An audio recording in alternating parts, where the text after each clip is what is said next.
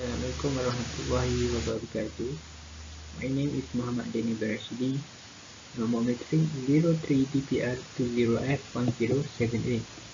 My lecturer name is Madam Azamuni binti Mohtar, and my group members is Muhammad Hamad bin Ayub and Punita anak perempuan Nuben Naden. Today I will present about introduction to green fundamentals. Table of contents that I will present.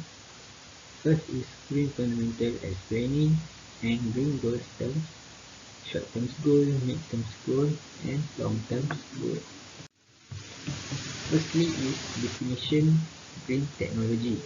Green technology is the development and application of product, equipment, and system used to conserve the natural environment and resources, which minimize and reduce the negative impact of human activities. Green technology refers to product, equipment, or system. Teknologi hijau ni adalah pengembangan ataupun penerapan produk, peralatan ataupun sistem yang digunakan untuk memelihara alam sekitar dan sumber daya. Ia juga dapat meminimumkan ataupun mengurangkan kesan negatif daripada kegiatan manusia. Green teknologi merujuk kepada produk, peralatan ataupun sistem. Example of green technology. First is energy, iaitu tenaga. Contohnya hybrid cars and electric vehicle, iaitu kereta hybrid and kenderaan elektrik. It reducing fossil fuel energy consumption, ia mengurangkan penggunaan tenaga bahan bakar fosil. Second is environment, iaitu alam sekitar. Example, biodegradable product and compost material, iaitu produk terbiodegradasi and kalori compost. The impact on the environment can be minimized. Kesan terhadap alam sekitar dapat diminimumkan. Third is economy. Example is photovoltaic industry, iaitu industri photovoltaic. Enhance the country's economic development through the use of advanced technology, iaitu meningkatkan pembangunan ekonomi negara melalui penggunaan teknologi canggih. Last is social. Example, using public transportation, iaitu menggunakan pengangkutan awam. The quality of life of the people can be improved. Kualiti hidup rakyat dapat ditingkatkan. Next is green technology goal term. First is short-term goal. Malaysia has part of its national objective stay in the national green policy. In order to allow the country to achieve the objective, specific goals and specific milestone timeline is introduced. The short-term goal of green technology policy under the 10th Malaysia plans are increase public awareness and commitment for the adoption and application of green technology through advocacy program, iaitu meningkatkan kesedaran dan komitmen masyarakat untuk penggunaan dan penyerapan teknologi hijau melalui program advokasi. Second, widespread availability and recognition of green technology in terms of product, appliance, equipment and system in the local market through standard fitting and labeling program. Ketersediaan dan pengiktirafan teknologi hijau yang meluas dari segi produk, perkakas, peralatan dan sistem di pasaran tempatan melalui standard penilaian dan pelabelan. Next is increase foreign and domestic direct investment FDI and DDI in green technology, manufacturing and service sectors. Peningkatan pelaburan langsung asing dan domestik dalam sektor pembuatan dan perkhidmatan teknologi hijau. Expansion of local research institute and institution of learning to expand research development and innovation activities on green technology towards commercialization appropriate mechanism. iaitu perluasan institusi penyelidikan tempatan dan institusi pengajian tinggi untuk memperluas aktiviti penyelidikan. Example of program that are supporting short-term goal are program-program yang menyokong matlamat jangka pendek ni adalah eco-labeling, green building and green township, green technology financing stream, iaitu eco-labeling, bangunan hijau dan perbandaran hijau, dan seterusnya ialah skim pembiayaan teknologi hijau. Next is midterm goal. The midterm goal of green technology policy under the 11 Malaysia Plan of midterm goal adalah matlamat jangka sederhana. First is green technology becomes the preferred choice in procurement of product and services, iaitu teknologi hijau menjadi pilihan utama dalam perolehan produk dan perkhidmatan. Green technology has a larger local market share against other technologies and contribute to the adoption of green technology in regional market. Teknologi hijau mempunyai pasar lokal yang lebih besar dibandingkan dengan teknologi lain, dan dia dapat menyumbangkan pada penerapan teknologi hijau di pasar serantau. Increase production of local green technology product, peningkatan pengeluaran produk teknologi hijau tempatan. Increase research, development and innovation of green technology by local universities and research institutions are formalized in collaboration with the local industry and multinational companies. Peningkatan pembangunan pendidikan dan inovasi teknologi hijau oleh universiti ataupun institusi penyelidikan tempatan dan dikomersialkan dengan kerjasama industri tempatan dan syarikat pelbagai negara. Midterm goal ni ia untuk meningkatkan pengeluaran produk teknologi hijau dalam negara. Expansion of local SME and SMI on green technology into the global market.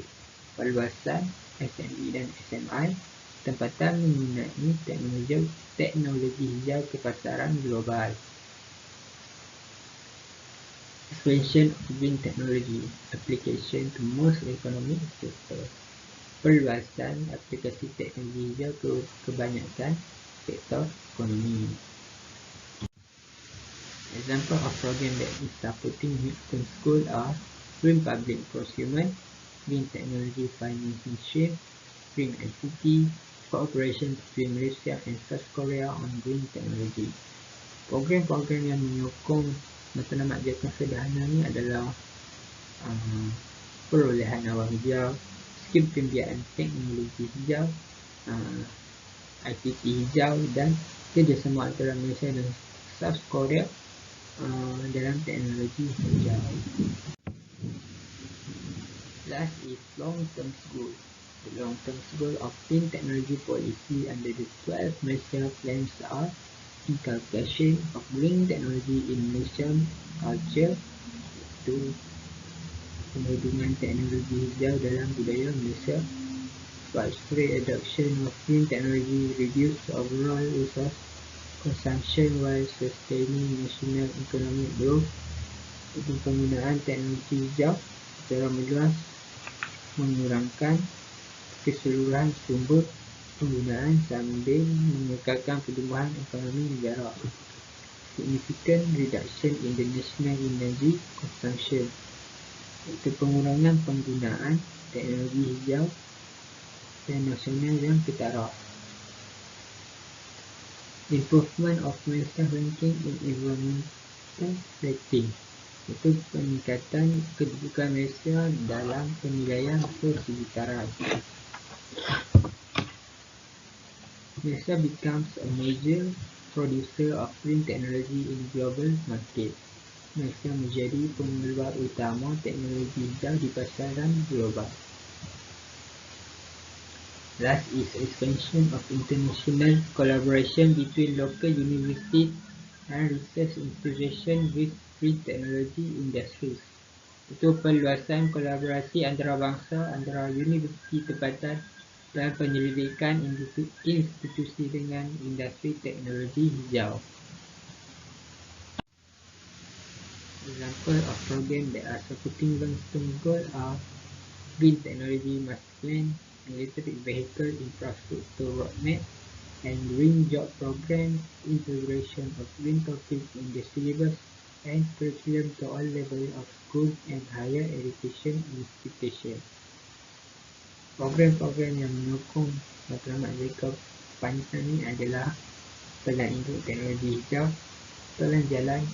Peta Jalan Infrastruktur Kenderaan Elektrik, Program Pekerjaan Hijau, integrasi topik hijau dalam sukatan pelajaran dan kurikulum ke semua peringkat sekolah ataupun institusi pengajian tinggi.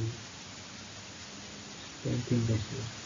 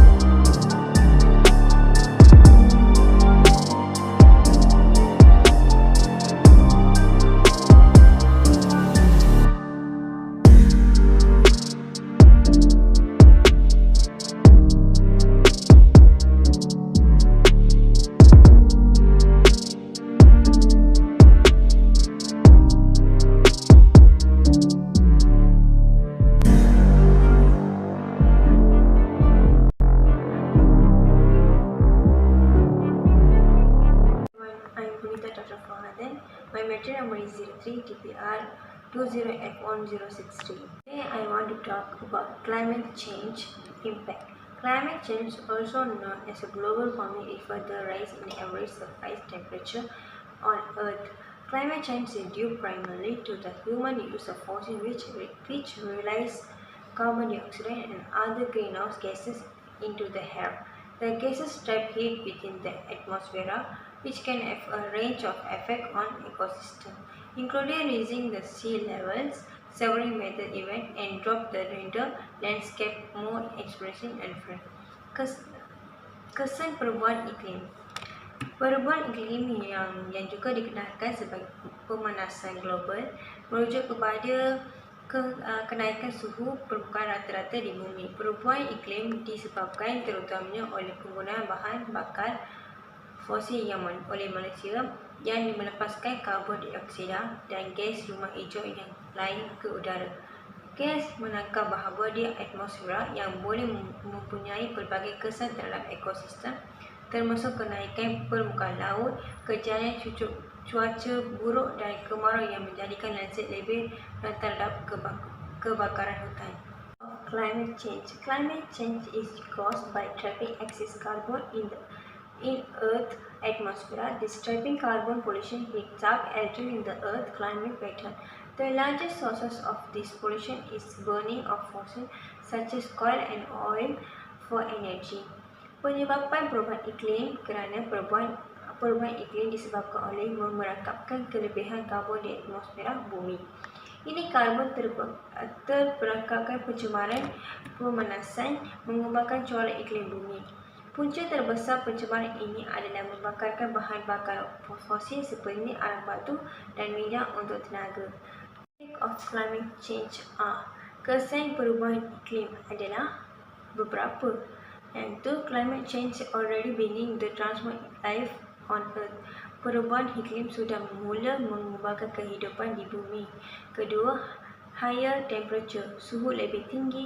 Ketiga, wildlife at risk, kehidupan yang berisiko. Keempat, increased risk of drought, fire and frost, peningkatan risiko kemarau, kebakaran, banjir. Yang kelima, heat-related influence and disease, penyakit dan penyakit yang berkaitan dengan haba. Environmental requirement and regulations, keperluan dan peraturan alam sekitar. Definition of carbon footprint. A carbon footprint is defined as the amount of greenhouse gases and special carbon dioxide emitted by something as a person activity as a product, manufacture and transport. During a given period, usually expressed in equal tons of carbon dioxide CO2. Example, when you drive a car, the engine burns fuel which creates a certain amount of CO2. Depending on this fuel composition, the driving distance. CO2 is the chemical symbol of the carbon dioxide. When you heat your home with oil or gas coal, then you also generate CO2. Even if you heat your house with electric, the generation of the electrical power may also have the element certain amount of CO2. Definition carbon footprint adalah jejak karbon diterangkan sebagai jumlah gas rumah hijau dan as karbon dioksida dipancarkan oleh sesuatu sebagai aktiviti seseorang atau pembuatan dan pengangkutan produk. Semasa jangka masa tertentu biasanya dinyatakan dalam tan karbon dioksida serta CO2. Contohnya, semasa anda memandu kereta, enjin membakar bahan bakar yang menghasilkan jumlah CO2. Bergantung pada penggunaan bahan bakar, jarak dan pemanduan. CO2 adalah simbol kimia bagi karbon dioksida. Apabila anda memanaskan rumah anda dengan minyak, gas ataupun arang batu, maka anda juga menghasilkan CO2. Walaupun panas rumah anda dengan elektrik, pemancaran elektrik mungkin juga memancarkan sejumlah CO2.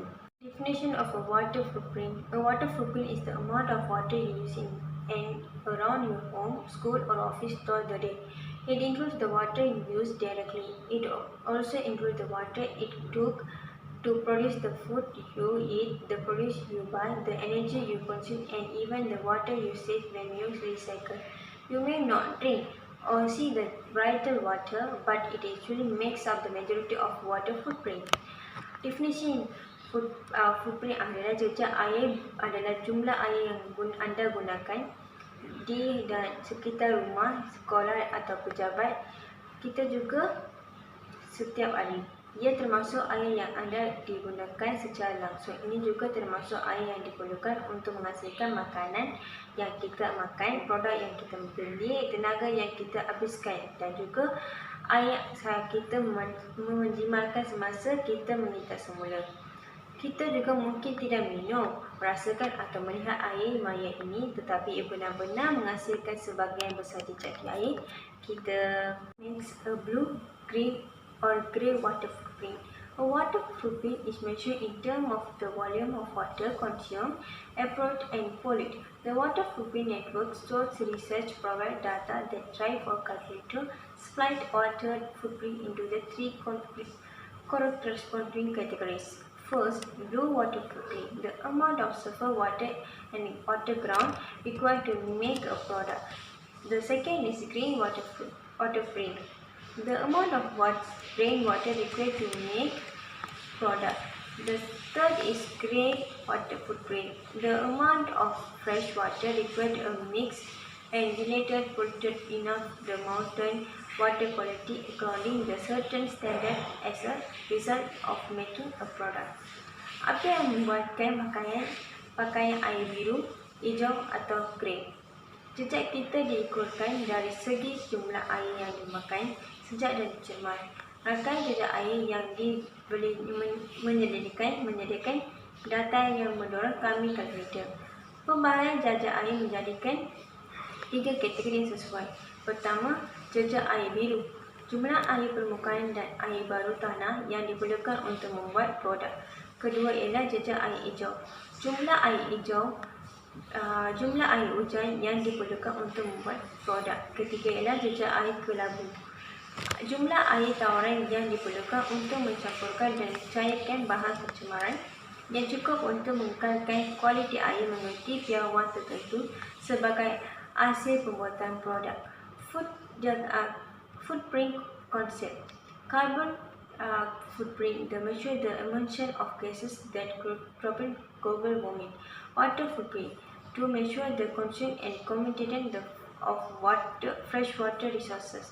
Konsep footprint, jejak karbon, untuk mengukai pelepasan gas yang menyumbangkan kepada pemanasan global. Jejak air, untuk mengukai penggunaan dan pencemaran sumber air tawar. As the variability among living organisms from all sources including inter area, international marine and other aquatic systems, and the ecological complex of the which they are a part. This includes diversity within species and of ecosystem. Preservation is the protection, conservation, management, and nourishment of wildlife and natural resources such as forest and water. Penyelamatan biositi. Definisi biositi, kegunakan IAT didefinisikan sebagai kebolehubaan antara organisma hidup dari semua sumber termasuk antara lain sistem darat, laut dan akuatik lain dan kompleks ekologikal yang merupakan bahagiannya. Ini merangkumi kepelbagaian dalam spesies dan ekosistem. Pemeliharaan adalah perlindungan, pemeliharaan, pengurusan dan atau pemulihan kehidupan liar dan sumber semula jari seperti hutan dan air. Why biosity important? Generating forest economy for the tourism sector, supplying natural resources, food and raw material, provide resources for medicine and biotechnology, maintain the balance of nature. Mengapakah biosity penting? Menjana ekonomi hutan reaksi untuk sektor pelancongan, membekalkan sumber semula jari, termasuknya makanan dan bahan mentah, menyediakan sumber untuk perubatan dan bioteknologi, mengekalkan keseimbangan alam. 2. Biosity, habitat loss, degradation and fragmentation. Habitat loss occurs when human activity result in the conversion of natural ecosystem to human demand system. The result change, eliminate or reduce the number of species that were part of the original ecosystem. Ancaman kepada biosity, kehilangan habitat, penurunan dan pemecahan kehilangan habitat berlaku apabila aktiviti manusia mengakibatkan penukaran ekosistem semula jadi kepada sistem yang dikuasai manusia. Perubahan hasilan menghilangkan atau mengurangkan bilangan spesies yang merupakan sebahagian daripada ekosistem asal. Kedua ialah overexploitation. Overexploitation occurs when human harvest organism faster than the organism are able to reproduce. Exploitation has driven some origin to extinction and exterminate many others. Exploitation berlebihan. Eksploitasi berlebihan berlaku apabila manusia mengambil organisma lebih cepat daripada organisma yang dapat membiak. Eksploitasi ini berlebihan telah mendorong beberapa organisma pupus dan mengancam banyak yang lain. Why the privacy biosity? Habitat protection. Fish must be made suitable and wild catch reduced forest must be preserved in the active size to support the average of resident species. Prevention of pollution. Pollution must be drastically controlled and eliminated whatever possible. Dealing with climate change. Greenhouse gas emissions must be brought down to suitable level. Cara-cara menyelamatkan biosity. Perlindungan habitat memancing mesti dibuat lestari dan dengan tangkapan dapat dikurangkan. Hutan mesti dilestari dalam ukuran yang mencukupi untuk menyokong pelbagai spesies penduduk. Pencegahan pencemaran. Pencemaran mesti dikawal dengan ketat dan dihapuskan sedapat mungkin.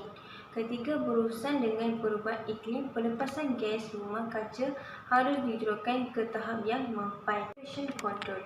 Definition of population. Population is the introduction of commitment into the natural environment that cause adverse change. Population can take the form of chemical substitution or energy such as noise, heat or light. Population that committed of population can be either frozen suitable energy or naturally occurring contaminated. Population is often classed as point of sources or non-point sources pollution. Definisi pencemaran. Pencemaran adalah pengenalan bahan cemar ke persikatan semula jadi yang menyebabkan perubahan buruk. Pencemaran boleh mengambil bentuk bahan kimia atau tenaga seperti bunyi bising, panas atau cahaya. Bahan pencemaran komponen pencemaran boleh menjadi bahan atau tenaga asing atau bahan cemar yang berlaku secara semula jadi.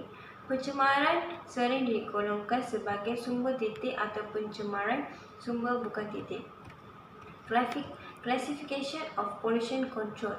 Point sources pollution comes from a single irradiated origin such as a factor, pipette and sewage outline as the most stacked including single event such as oil spill. 9-point sources pollution is a more diffuse and single resources not easy defended. It included archaeology run off into the waterways and trolls blown from the land into ocean. Pengelasan kawalan pencemaran. Pencemaran punca titik berasal dari satu asal yang dapat dikenal pasti seperti kilang, paip saluran yang berkubahan dan tumpuan asap yang melengkapi acara tunggal seperti tumpuan minyak.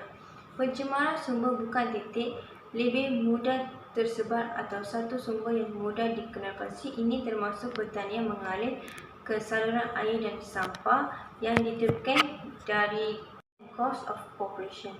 Vehicle exchange forms, open burning, depending of factor waste into rivers, or spill waste disappearing evenly, the sound of motor vehicle.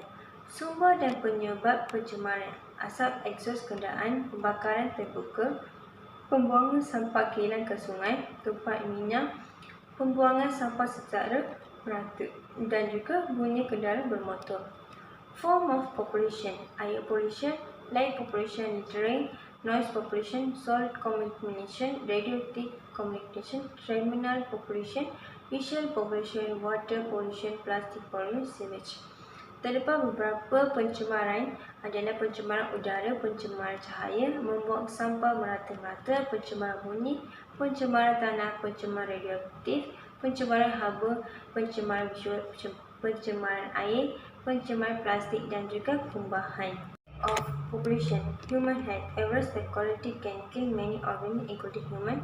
Ozone pollution can cause respiratory diseases, coronary diseases, throat inflammation, chest pain, and constituents. Water pollution causes approximately 14,000 deaths per day, mostly due to the contamination of drinking water by untreated sewage in developing countries. Oil spill can cause skin irritation and races. Noise pollution includes hearing loss, high blood pressure, stress, and sleep disturbance. Mercury has been linked to develop deficiency in children and mercury system. Kesan pencemaran. Kesihatan manusia. Kualiti udara yang buruk dapat membunuh banyak organisma termasuk manusia. Pencemaran ozon boleh menyebabkan penyakit pernafasan, penyakit dioksin, keadaan tekak, sakit dadah dan kesesakan. Pencemaran air menyebabkan kira-kira 14,000 kematian setiap hari. Kebanyakan ini disebabkan oleh pencemaran air minuman oleh kumbahan yang tidak dirawat di negara-negara membangun. Tumpahan minyak boleh menyebabkan kerengkasan dan ruang pada kulit. Pencemaran bunyi menyebabkan gangguan pendengaran, tekanan darah tinggi, tekanan dan gangguan tidur. Merkuri telah dikaitkan dengan kekurangan perkembangan pada kanak-kanak, gejala minukologi. Environment asset rain have the temperature rising, commitment water and smell. Persekitaran yang menyebabkan pencemaran ialah hujan asid, cerubu, suhu semakin meningkat, air pencemaran, bau. Practice on pollution control, recycling, reusing waste management, mitigating, preventing, compositing. Amalan pengadilan pencemaran adalah kita semula menggunakan semula, mengurangkan sisa, mencegah dan pengkomposan. Population control device, dust collection system, scrubber sewage treatment, industrial wastewater treatment, vapor recovery system, hyperautomation, perantikai kawalan pencemaran, sistem pengumpulan habuk penjantul, rawatan kumbahan, rawatan air sisa industri, sistem pemulihan web dan juga media mediasi. Sekian, terima kasih. Assalamualaikum warahmatullahi wabarakatuh. My name is Muhammad Ammar bin Ayub. My number is 03DPR20F 10104554. Today I will present to you a natural resource sustainability. The definition is natural resources occur naturally within environment that exists relatively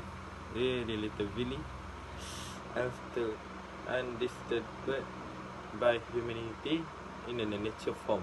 A natural resource is often characterized by amount of biodiversity and geodiversity existing in various ecosystems. Natural resources are derived from the environment. Some of them are essential for our survival, while most use of satisfying our needs. Classification of natural resources is there are various methods of the categorization nature disaster. This includes secure of origin, stage of development, and by their renewability. These classifications are described below on the basis of the original. Natural resources may be divided into first, biotic. Biotic resources are obtained from the biosphere, living and organic material such as forests and the animal, and the material can be obtained from them. Fossil fuel such as coal and the petroleum are also included in the category because they are formed from decayed organic matter. After that is renewability of a nature or resources. Renewable resources can be replenished naturally. Some of these resources like sunlight, air, wind. Many renewable resources do not have such a rapid recovery rate. These resources are susceptible to depletion by our overuse.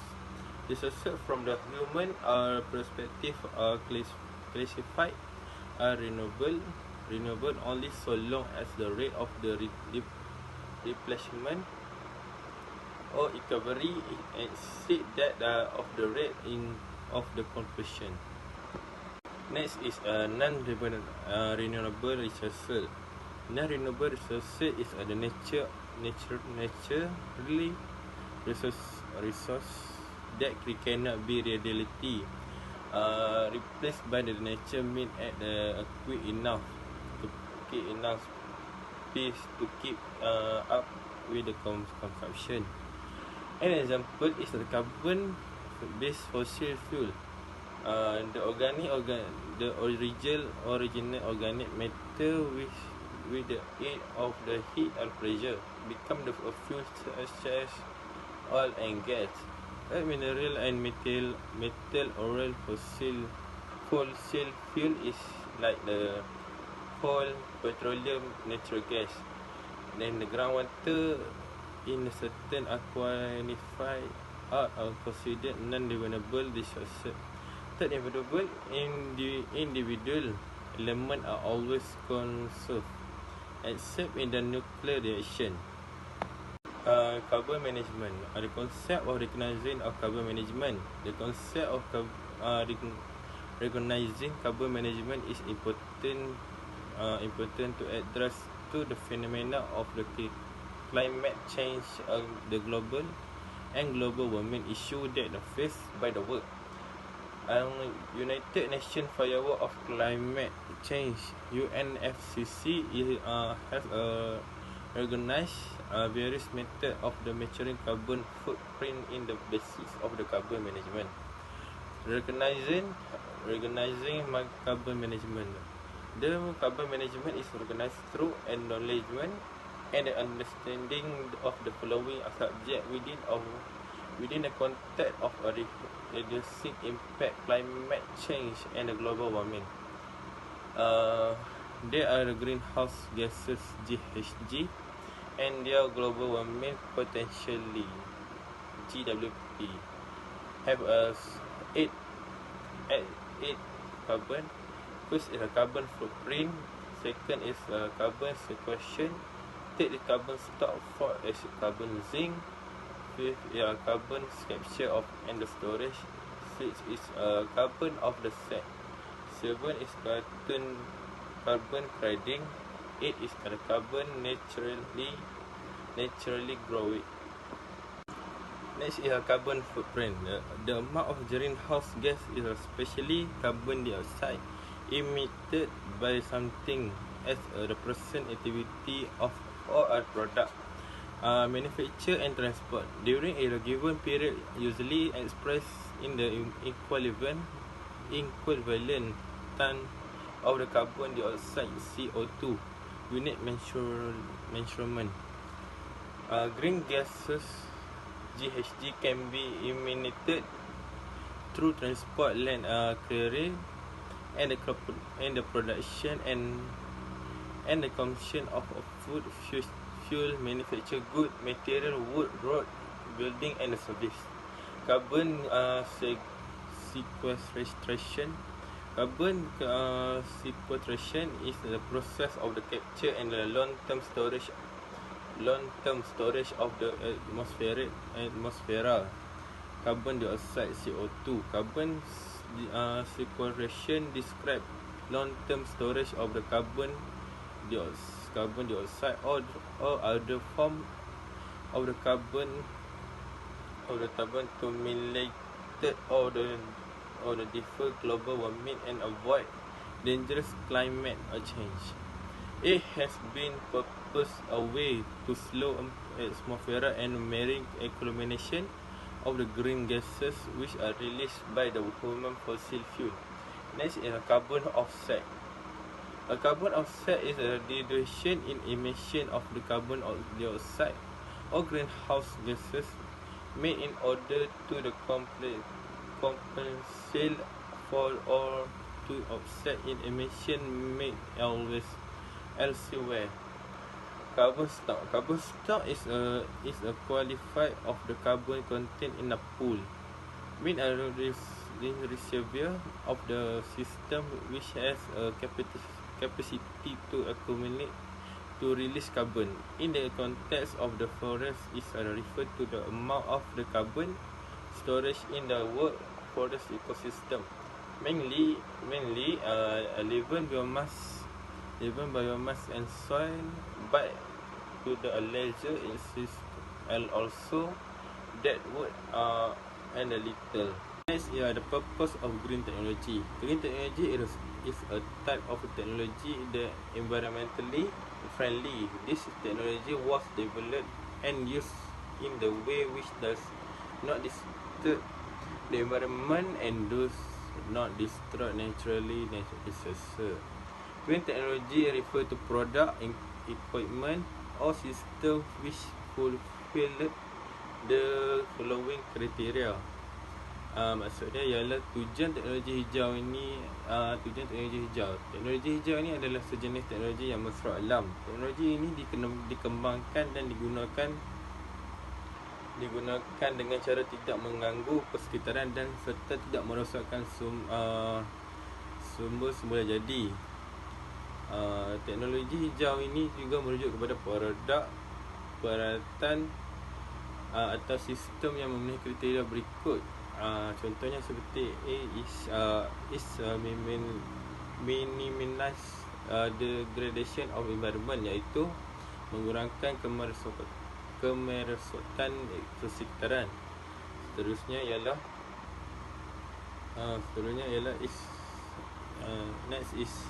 it has a zero or low greenhouse gas GHG emission is safe for use to promote healthy and improve environment for all form, iaitu maksudnya ialah pelepasan gas rumah hijau GHG yang sifat atau rendah yang selamat digunakan untuk mendorong sekitaran yang sihat dan bertambah baik untuk semua bentuk kehidupan. Next is the promote. It is a concept that use of energy and natural resources, iaitu ini menjimatkan penggunaan tenaga dan sumber semula jadi. Seterusnya ialah it is promote the use of the renewable resources. That the purpose of the green technology is slow down global warming and to reduce the greenhouse effect. Maksudnya ialah ia mendorong penggunaan sumber yang boleh diperbarui. Tujuan utama teknologi hijau ini adalah untuk melambatkan pemanasan global dan mengurangkan kesan rumah hijau. Lastly is application of green technology. This is a four main sector in the green technology. First is green energy. Green technology is power generation and energy supply management in the industrial and the commercial sector. Maksudnya adalah terdapat 4 sektor utama dalam teknologi hijau. Pertama ialah teknologi tenaga. Teknologi hijau dalam penjenaan tenaga dan pengurusan bekalan tenaga di sektor perindustrian dan komersial. Next is building. Adoption of the green technology is a construction, management, maintenance and destroy of the building. Maksudnya ialah penggunaan teknologi hijau dalam pembinaan, pengurusan dan penyelenggaraan dan memusnahkan bangunan. Next is the water and the waste management. Adoption of the green technology in the management and use of the water resources and the wastewater treatment, solid water landfill. Maksudnya pengurusan air dan sisa. Penggunaan teknologi hijau dalam pengurusan dan penggunaan sumber air, rawatan air sisa dan tapak pelurusan sisa pepejal. Next is transportation. Incorporation of the green technology in the transportation infrastructure and vehicle, biofuel and public road transportation. Maksudnya ialah pengangkutan dan penggabungan teknologi hijau dalam infrastruktur dan kenderaan biofuel dan pengangkutan jalan raya awam. Pelbagai aktiviti dapat dilaksanakan dan untuk menyokong teknologi hijau seperti alam sekitar semula, penggunaan sumber tenaga yang boleh diperbarui, bahan api alternatif serta bangunan lestari.